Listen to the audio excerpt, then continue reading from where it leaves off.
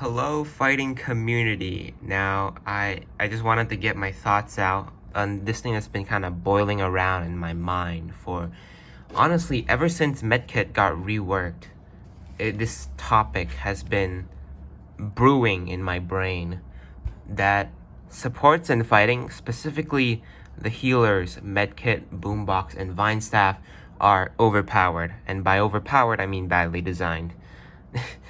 Now, yes, people might say, Boombox is not a healer. He restores shield HP. That's basically the same thing. Like, he still heals up, like, some kind of HP, the shield HP. So, in my opinion, he still classifies as a healer. So, let's talk about it. This is obviously only my opinion. You're free to disagree, but personally, I think there's a lot of evidence pointing towards the fact that supports are, well, not overpowered per se, but at the very least badly designed in fighting. So let's go over the main crux of my argument is that players don't like having their kills invalidated, having their effort just kind of invalidated in general. They don't like that, obviously. So, and it's pretty obvious. I think we can all agree on that. So, let's compare fighting to another class-based shooter game or fighting game, Team Fortress 2. While these two games are pretty different for the most part, I mean, like, they obviously have different kinds of they have different kinds of just gameplay style. But in terms of class design, I think there's a few comparisons that can be made between the fighting support, this fighting healers, and the medic from Team Fortress 2. So the medic has a medigun, and he locks it onto a person, and it heals them. This is a form of constant healing. And while yes, this can invalidate people from getting kills they maybe otherwise would have gotten, but like when you see a medic healing someone, you know that they are gonna be a more difficult target. You are expecting a more difficult fight because you can clearly see the overheal particles or just the medi beam. You can see that. And while yes, Medic from TF2 does have a burst healing, a form of burst healing known as, called the Crusader's Crossbow, though that thing requires a lot of skill to aim and use on a single target from like far away, which is where you get the most healing from it. And while yes, it can like invalidate some kills, some people from getting their kills, like in that Lazy Purple video where he lands 2 pipes on a scout, but there was a cross-map crossbow shot in between one of those, after one of those pipes. So yeah, his kill gets invalidated, but honestly, you can appreciate the level of skill or possibly luck required for that. And it's pretty funny. I mean, it was a funny moment in that Lazy Purple video. So yeah, it's for the most part, it's fine. Plus it's only just one form. It's just one burst healing, and it's not even remotely as effective as the medigun, since you can't do it consistently for the most part. But let's look at the kits of the healers in fighting. Let's see how many burst healing options they have. Well, there's Medkit's passive, which can randomly heal anyone at the lowest HP, closest person, whatever, on the map for 20 HP. With the Medkit lands a headshot. Then there's the Medkit's Q ability, which can allow him to almost instantaneously teleport to a random person, giving them well, not a random person, but like anyone that they choose that's in range, instantly restoring some HP, creating an explosion around them, and giving them temporary invincibility. Then there's his E ability, and a pretty long range AoE healing aura that can also damage enemies and knock them back too. So as you can see, even the med kit, most of his abilities are burst healing, and of course his ult is also burst healing. Then there's the boombox. His M2 ability can grant up to like 40 shield, and like I said, and just like medkit's abilities, it doesn't really require much skill or aim. You just need to be close to the person and click and press the right click button, and bam, you get just they just get temporary 40 shield out of nowhere. And Vine Staff less so, obviously. Out of the three, Vine Staff is the least bad, I guess. Because her only real form of quote-unquote burst healing would be her Q ability, where she can randomly just buff someone. Oh, and I guess Boombox's E ability can also count, since it just, you can suddenly just have all your projectiles invalidated just out of nowhere. So I guess that kind of counts, but that's up to you, to be honest. So yeah, as you can see, it's like two out of the three of fighting's healers have their main forms of healing be burst healing. Oh yes, and of course Boombox's ult, just like Medkit's ult, but Boombox's ult has a long wind up. But still, talking about support ults, outside oh yes, and when I say support, I just mean these three here. So talking about support ults, they also, like I said, invalidate people's work. And yes, they are ultimates, but imagine you landed a really good Katana ult, and then the medkit just popped his own ult, and bam, it's pretty much invalidated completely. There's rarely any way to stop it unless your team instantly all dogpiles on the medic, and even then his ult activates so quickly that as long as he has relatively decent HP, you'll have a really hard time killing him before the ult activates. Same thing with Boombox. He flies up into the sky. It's gonna be really difficult to land a hit on him.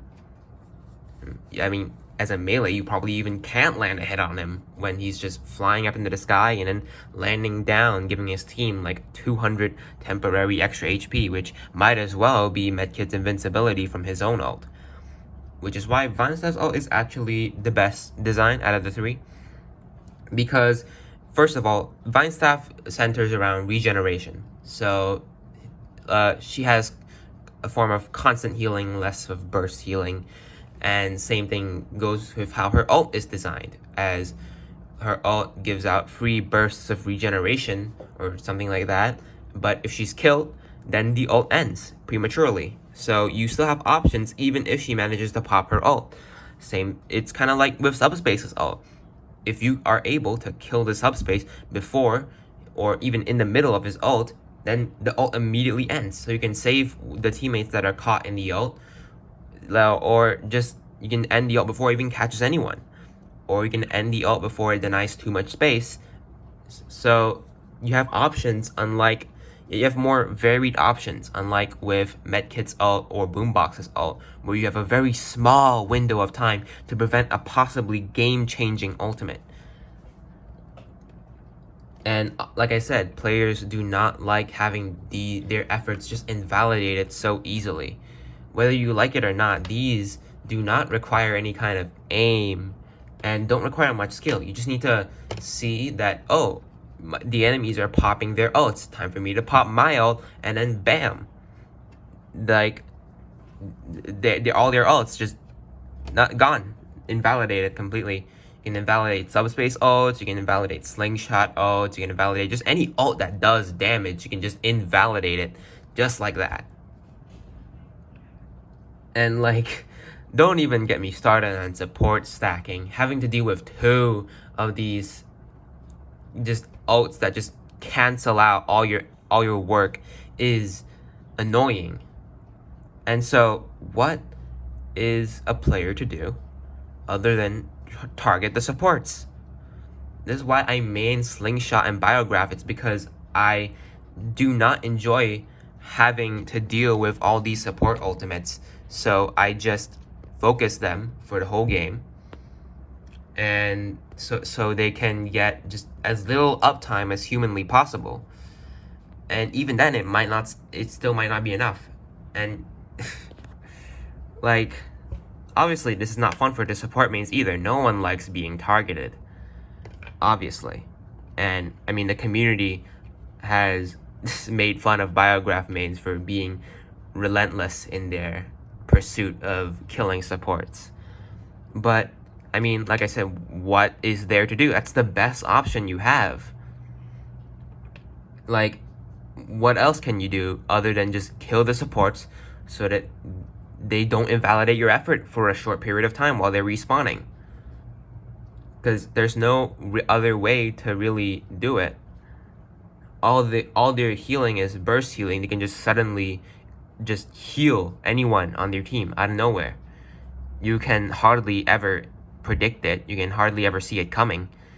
And when you engage in someone, you have no idea whether a medkit could just suddenly support them, or a boombox could suddenly jump in, give them a burst of shield, and then suddenly you can't kill them anymore. Unlike with TF2's medic, where, first of all, like I said, constant healing. So he doesn't have much forms of burst healing. Even if he jumps in, he will still have to actually heal them for a prolonged period of time, giving you some extra time to actually finish the job before he can validate it.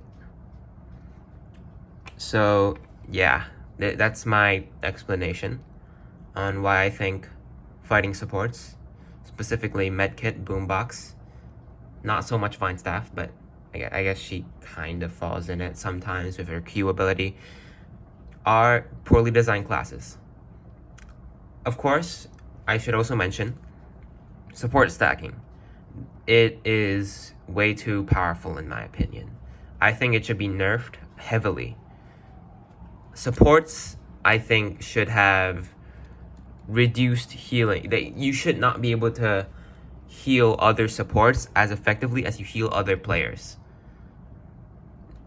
Now, the reason I have a problem with these healer supports and not a problem with subspace, because, well, yes, subspace could technically invalidate you from getting a kill. He doesn't invalidate in the same way that the healers do. They don't stop you from killing the person. They make you easier to kill. It's different, because you still have the same, like, the enemy still has the same amount of survivability. It's just that you have less survivability. But that doesn't mean you still can't output effective damage to kill them. Which is why I think subspace is very well designed for a support class. He's perfectly fine in my opinion, compared to the other three supports, which can invalidate effort, especially medkit and boombox, like I said, because they have the most burst healing options. Vine Staff is just kind of in the middle of... I'm pretty much indifferent to Vine Staff. Of course, another problem is that supports are surprisingly decent at damaging.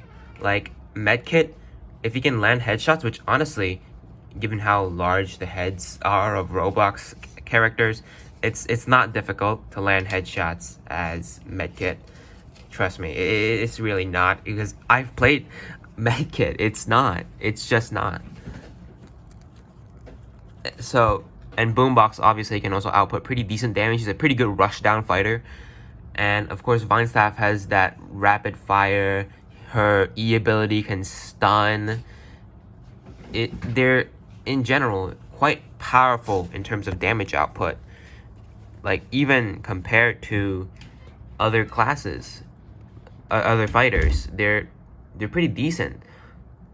So, support stacking doesn't even give you reduced firepower. It doesn't even, like, hurt your damage output that much. It's still mostly unhindered, because supports are just that good, which, like I said, which is why I think supports need to be heavily nerfed, or at least reworked to the point where you can't just stack supports and get a tank like Katana or Banhammer and just win the game easily. as long as like everyone has some idea of what they're doing, which is not hard. Fighting is really like the fighting classes are not that hard to understand. Like you don't need more than a couple of brain cells to understand that when you like how to get how to heal people with your M2 ability or something as boombox.